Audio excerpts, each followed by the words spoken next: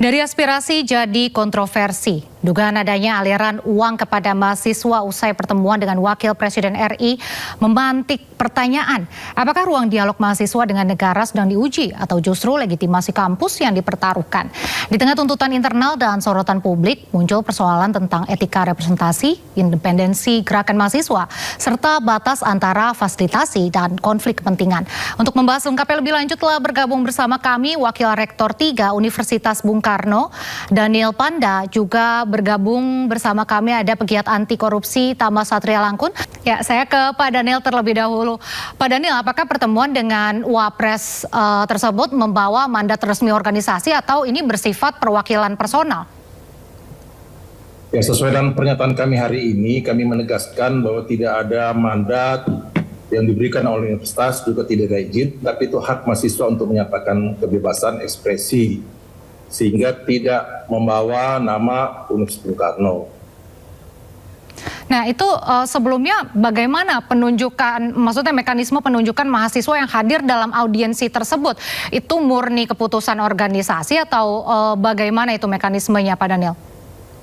Ya, saya jelaskan dulu kronologisnya ya. Jadi mereka itu memang pada hari Senin tanggal 15 melakukan aksi unjuk rasa ke arah istana, ya.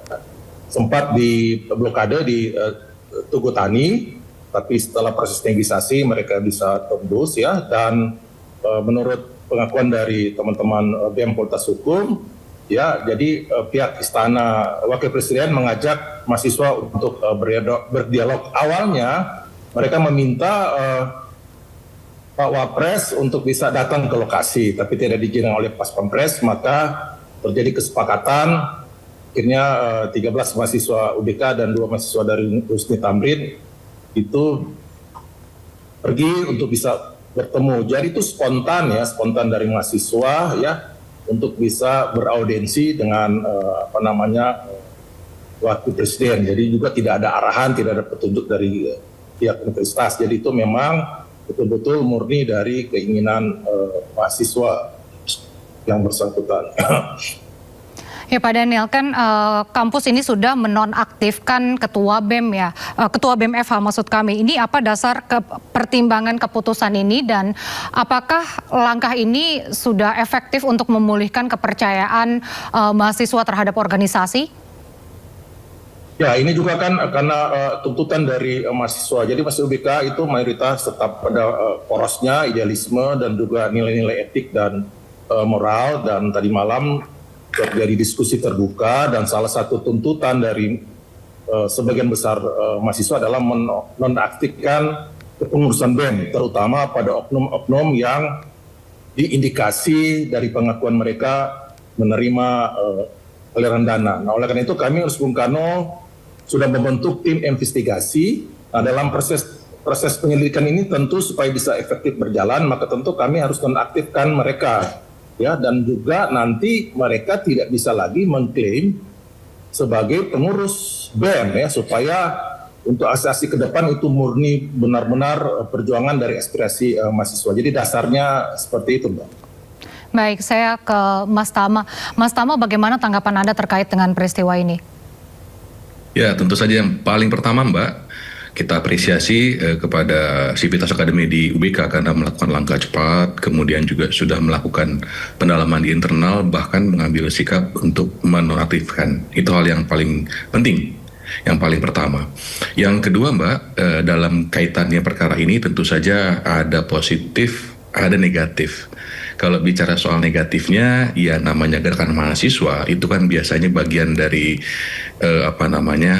upaya dari kelompok muda untuk memberikan masukan, perbaikan, kritik dan lain sebagainya. Tapi ketika ini terjadi, tentu saja ini menjadi delegitimasi bagi gerakan mahasiswa. Artinya stigma kemudian mahasiswa bisa dibeli, kemudian gerakan mahasiswa tidak original, ini menjadi salah satu dampak negatifnya. Tetapi saya tetap yakin, Mbak, ketika kemudian ini juga berjalan secara internal, ada positifnya. Positifnya apa? Tentu saja ini mendorong transparansi di internal Ormawa sendiri, organisasi mahasiswa sendiri. ketika kemudian terungkap sendiri, ada gerakan dari internal, itu kan sebetulnya juga hal yang positif untuk menetralkan kembali, mensucikan kembali gerakan dari kelompok mahasiswa. Karena kemudian ada respon dari internal. Kemudian juga ketika ada nonaktif, tentu saja ini bicara soal regenerasi. Artinya ada pergantian di internal sudah pasti. Karena biar bagaimanapun, ada atau nggak ada peristiwa, organisasi mahasiswa tetap harus jalan dimanapun, di kampus manapun. Nah, ini bagian dari regenerasi menurut saya ketika kemudian proses internalnya berjalan. Nah, yang paling terakhir ya tentu saja ini bagian dari penguatan budaya akuntabilitas. Itu dari positif dan negatifnya. Soal politiknya tentu saja ini juga menimbulkan banyak persepsi. Tetapi sebelum lebih lanjut soal politiknya, hal yang paling penting Mbak adalah untuk melakukan pendalaman informasinya. Bagaimana kebenarannya, berapa angkanya, siapa yang ngasih, motifnya apa, sehingga kita bisa lebih adil dalam menilai gerakan mahasiswa. Mungkin demikian Mbak. Iya, ini kan memang sudah diakui ya bahwa Ketua BEM ini menerima uang. Ini bagaimana membedakan apakah ini uang operasional, uang fasilitas kegiatan, dan adanya dugaan konflik kepentingan. Ini bagaimana nih, Mas Tama? Ya, Mbak, informasi yang kita terima menurut saya baru sepenggal. Ada pengakuan dari pihak-pihak yang kemudian kita anggap sebagai adik-adik oknum ini, kan kemudian disampaikan itu untuk bagian dari pertemuan dengan Pak Wapres, kemudian diberikan oleh oknum kepolisian. Ini kan informasi-informasi yang kemudian perlu diklarifikasi. Betul nggak dikasih itu? Kemudian siapa yang kasih? Ketika kemudian betul dikasih, yang paling pertama dilihat adalah ini anggaran dari mana? Anggaran apa?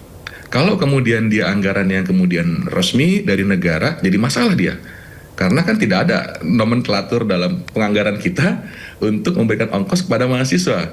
Tetapi kalau kemudian itu adalah uang dari pihak-pihak tertentu yang tidak ada hubungan sama negara atau keuangan negara, maksud saya, tentu saja nggak ada masalah Mbak. Itu nggak ada yang masalah, itu sah-sah saja, boleh-boleh saja. Tetapi dampaknya yang saya bilang tadi, ini bukan benar salah, tapi etis nggak etis. Jadi bicaranya etika. Kemudian etikanya betul nggak mahasiswa menerima uang kemudian gerakannya berhenti? Itu kan secara moral itu nggak etis. Tapi salah nggak? Ada pidananya nggak? Saya rasa nggak ada perbuatan pidana yang terjadi di sana. Tapi lagi-lagi kesimpulan saya tentu harus berdasar dengan fakta ini yang kemudian kita harus dalami itu. Kan nama-namanya belum clear tuh Mbak. Misalnya kepolisian betul nggak? Siapa namanya? Jabat di mana? Dinas di mana? Kemudian ada asumsi ini Pak Wapres kemudian segala macam dianggap terlibat, kan juga masih prematur. Betul nggak? Kalau Pak Wapres terima mahasiswa, wajar-wajar aja. Mahasiswa demo ke jalan, wajar-wajar aja. Namanya gerakan mahasiswa, kita bisa lihat di internal mereka bisa memberikan masukan, di eksternal mereka bisa demonstrasi gila-gilaan. Itu semuanya sah dan boleh-boleh saja, sepanjang semua punya integritas dan semuanya terkoneksi dengan baik. Apa tuntutannya? Apa perubahan yang mau dilakukan? Demikian Mbak. Baik, saya ke Pak Daniel. Pak Daniel, dalam konferensi pers kan muncul adanya pengakuan penerimaan uang yang berasal dari aparat. Nah, ini pihak kampus apakah melakukan investigasi internal dari pengakuan tersebut? Ya, itu seperti saya katakan tadi, kami akan membentuk tim investigasi, tapi memang kami tetap fokus pada etik ya dan moralnya ya. Jadi untuk ranah hukum memang kami belum masuk ke arah sana. Ya, jadi itu kan di luar kewenangan kami sebagai Bung Karno. Sehingga nanti kami akan panggil beberapa oknum mahasiswa, karena menurut pengakuan dia memberikan ke beberapa pengurus ya, jumlahnya sangat terbatas. Lalu tadi malam terungkap 5 nama termasuk Ketua BEM Fakultas Hukum. Nah, ini yang kita akan panggil untuk memastikan proses seperti itu, sehingga pada saat pengambilan keputusan dari pihak kampus, kita akan melihat derajat kesalahan dari setiap oknum mahasiswa tersebut. Tentu akan berbeda-beda dari setiap mahasiswa. Baik, Pak, ini kan banyak mahasiswa yang khawatir kasus ini membuat seluruh gerakan mahasiswa dicap transaksional. Apa langkah kampus untuk memulihkan kepercayaan publik? Ya, yang paling utama tadi kan kami sudah lakukan nonaktifkan kepada beberapa orang, dan juga tentu ada sanksi yang harus kita jatuhkan, karena ini kan awalnya semua gerakan mahasiswa kan kita anggap murni ya, sehingga memang seperti ungkapan tadi, ini kan kita meminta ada forum pertanggungjawaban. Nah itu dilakukan tadi malam ya, dan Oknum BEM bisa melakukan itu, sehingga komitmen UBK itu memang untuk menjaga moral ya, etika ya, perjuangan mahasiswa itu betul-betul di jalur yang benar. Jadi memurnikan gerakan mahasiswa. Oleh karena itu ada satu poin penting yang kami katakan tadi, kami menolak ya pihak-pihak luar yang menunggangi ya aksi mahasiswa ini, sehingga perjuangan mereka ini kan sepertinya kesannya gampang dibeli dan lain sebagainya, tapi kan tidak seperti itu. Jadi di UBK mayoritas itu tetap menjunjung tinggi nilai-nilai moral. Karena itu mengapa terjadi kejadian kemarin, karena mayoritas mahasiswa UBK itu tidak menerima pimpinan BEM menerima aliran dana tersebut. Nah ini harus kita jaga, dan kita juga akan, karena ini juga tuntutan mereka kepada kami, sehingga kita ingin memulihkan lah organisasi kemahasiswaan di UBK dan juga menjaga perjuangan mereka itu sesuai dengan nilai-nilai etika dan moral. Baik, Mas Tama, apakah fenomena seperti ini itu tuh hal yang baru atau punya pola historis sebenarnya dalam relasi mahasiswa dengan penguasa, dan seberapa besar potensi kasus ini menggerus legitimasi gerakan mahasiswa secara umum? Ya, tentu saja Mbak, kalau bicara soal bagaimana mahasiswa yang terkooptasi, mahasiswa yang bisa dihentikan dengan macam-macam, ada tawaran uang ataupun ancaman, itu kan suatu hal yang biasa terjadi. Tetapi lagi-lagi, kalau mahasiswanya punya sistem internal, dia akuntabel, dia bisa menjaga proses di internal, itu akan mengamankan mereka dan kemudian memurnikan kembali gerakan mereka. Apa dampaknya? Kalau dampaknya menurut saya ini hanya bagian dari berita yang kemudian viral, menunjukkan bahwa kemudian mahasiswa juga tidak rawan, tidak semuanya murni, ada juga yang punya catatan, tetapi lagi-lagi mekanisme penghukuman, sanksi, exclude dari gerakan mahasiswa itu membuat gerakan ini kembali ke jalannya. Nah yang kemudian membuat besar adalah soal implikasi politiknya, karena ada pertemuan dengan Pak Wapres, ada pihak-pihak lain yang kemudian juga menganalisa, kemudian memberikan penilaian, apalagi menghadapi media sosial, netizen yang kemudian kemana-mana penilaiannya. Maka dari itu tetap kita berharap bahwa kita berpegang teguh pada fakta, informasi yang sahih, yang solid begitu. Jangan sampai kemudian kita terbawa situasi yang kemudian malah membuat gerakan teman-teman ini menjadi semakin delegitimasi. Itu yang harus kita lawan. Dan kemudian atas peristiwa ini Mbak, saya berharap teman-teman mahasiswa lainnya itu kemudian tidak putus asa, tetap bergerak, tetap berikan kritik yang membangun, karena tetap negara ini butuh masukan, butuh pengawalan dari kaum-kaum muda. Itu yang menurut saya penting Mbak. Nah, tapi menurut Mas Tama, apakah kedepannya publik ini akan cenderung mengeneralisasi tindakan segelintir orang menjadi wajah seluruh mahasiswa?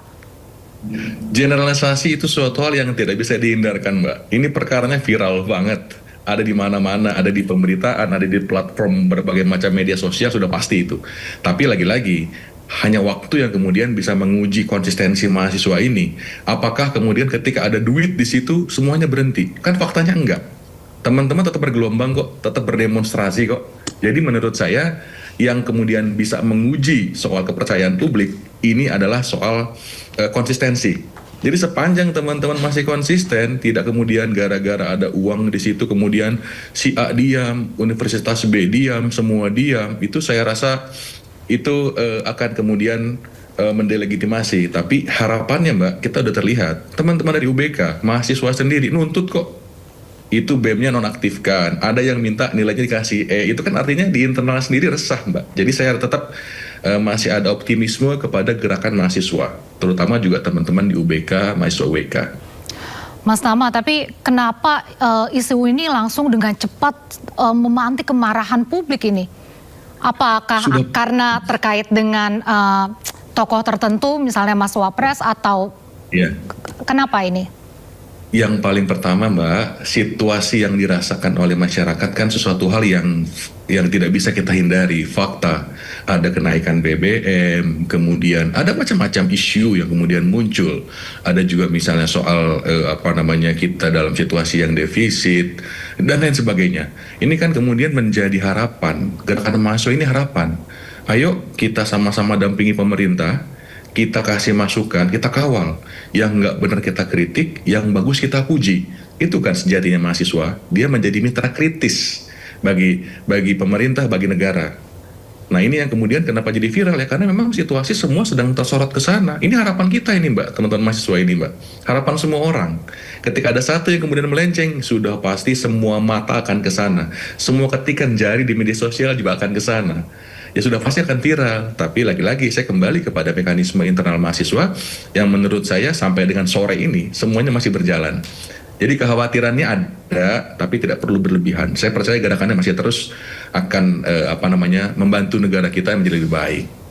Jadi tidak bisa lagi era-era sebelumnya yang selalu dilarang dan lain sebagainya. Jadi kita tidak pernah ya. Jadi sekali lagi Universitas Bung Karno, kami rektorat tidak pernah mengintervensi pergerakan mahasiswa. Walaupun saran saya ke mereka kalau mau unjuk rasa, ya tolong dijaga aman, damai ya, jangan anarkis, itu aja. Silakan ya. Itu selalu kami jadi ya kami menghimbau ya dengan adanya kasus ini kepada seluruh masyarakat ya, supaya tidak menjernalisasi bahwa semua mahasiswa seperti ini kan hanya beberapa oknum ya yang akhirnya bisa mencemari ya gerakan mahasiswa. Ya saya kira itu yang bisa kami sampaikan. Baik, Pak Daniel, maaf saya ingin mengklarifikasi terlebih dahulu. Ini Ketua BEM FH itu kan sebelumnya mengatakan menerima 20%. Itu sekitar yang benar itu 20% atau ada juga yang mengatakan bahwa total itu 300 juta. Yang benar ini informasi yang didapatkan oleh pihak kampus, dana yang diterima itu berapa sebenarnya? Ya, dari pengakuan yang bersangkutan secara pribadi ke saya langsung ya, berdua ya. Pertama kan kita ada 3 pertemuan dengan tadi malam ya. Waktu dengan saya secara pribadi, dia karena berdua, dia terbuka semuanya. Jadi itu memang dia menerima langsung uang cash ya, 20 juta. Ya, 20 juta. Jadi bukan 20% atau bukan 200 juta atau bukan 300 juta. Jadi kami memastikan dia menerima 20 juta dari alumni, dan dari alumni itu yang menyerahkan kepada alumni adalah oknum anggota kepolisian, dan dari 20 juta ini ya dia membagikan ke beberapa rekannya, dan itu sudah ada dalam catatan-catatan yang beredar di media sosial ya, seperti itu. Nah, setelah itu pertemuan kedua juga dia menyatakan seperti itu dengan pimpinan fakultasnya, dengan dekan dan lain sebagainya ya. Jadi itu pengakuan dari yang bersangkutan kepada kami. Maaf Pak, ini dia mendapat dari alumni, bukan dari aparat langsung berarti? Ya tidak dari aparat langsung, dari alumni ya, alumni ya. Apakah disebutkan nama alumninya siapa? Kalau tidak salah dalam tadi malam itu sudah disebut ya, saya sudah lupa namanya tapi sudah disebut. Ya kalau dalam beberapa rekaman yang beredar itu sudah disebut nama yang bersangkutan ya. Berarti alumni Fakultas Hukum UBK juga? Yes, ya, betul sekali. Baik. Terakhir saya ingin ke Mas Tama. Mas Tama, bagaimana untuk menjaga agar gerakan mahasiswa dan aspirasi ini tidak berubah menjadi transaksi? Yang paling pertama Mbak, ini saya berharap teman-teman mahasiswa itu mengetahui mahalnya gerakan mahasiswa. Jangan dibuat murah, gara-gara uang 20 juta kemudian semuanya selesai. Itu yang paling penting. Ini gerakan nggak ternilai. Yang kedua Mbak, ini yang paling penting adalah teman-teman itu harus saling jaga. Saling jaga itu gimana? Ya saling jaga kalau ada kemudian tindakan anarkis, ingatkan. Kalau ada misalnya intimidasi, ingatkan. Termasuk kalau ada pembagian uang yang kemudian menciderai nilai-nilai perjuangan, juga saling jaga, saling mengingatkan, karena itu yang paling tepat. Kalau kemudian kampus diminta mengkontrol Mbak, nanti akan dianggap kampus intervensi, karena tridharma perguruan tinggi itu Mbak, itu yang paling pertama soal pengabdian kepada masyarakat harus independen. Nah itu yang paling penting. Yang kedua, ini juga untuk masyarakat. Jangan kemudian juga langsung mendiskreditkan. Tolong pelajari faktanya, karena katakanlah adik-adik yang menerima uang itu kita anggap salah, tapi dia tetap punya masa depan Mbak. Sanksi harus proporsional. Jangan kemudian justru malah menghancurkan masa depannya. Itu juga harus kita jaga. Jadi Ini penting. Termasuk yang paling terakhir, netizen tetap kawal, tetap jaga, media juga jaga. Karena hanya itulah yang bisa menjaga mahasiswa. Kalau yang lain-lain, misalnya kepolisian menjaga, itu akan intervensi. Kalau kemudian universitas akan intervensi. Jadi biarkan dia murni, tapi harus menjaga nilai etika dan moral dan saling jaga di antara mereka. Baik. Itu mungkin. Baik, terima kasih Mas Tama, makasih juga Pak Daniel, terima kasih telah berbagi bersama kami dan terima kasih juga atas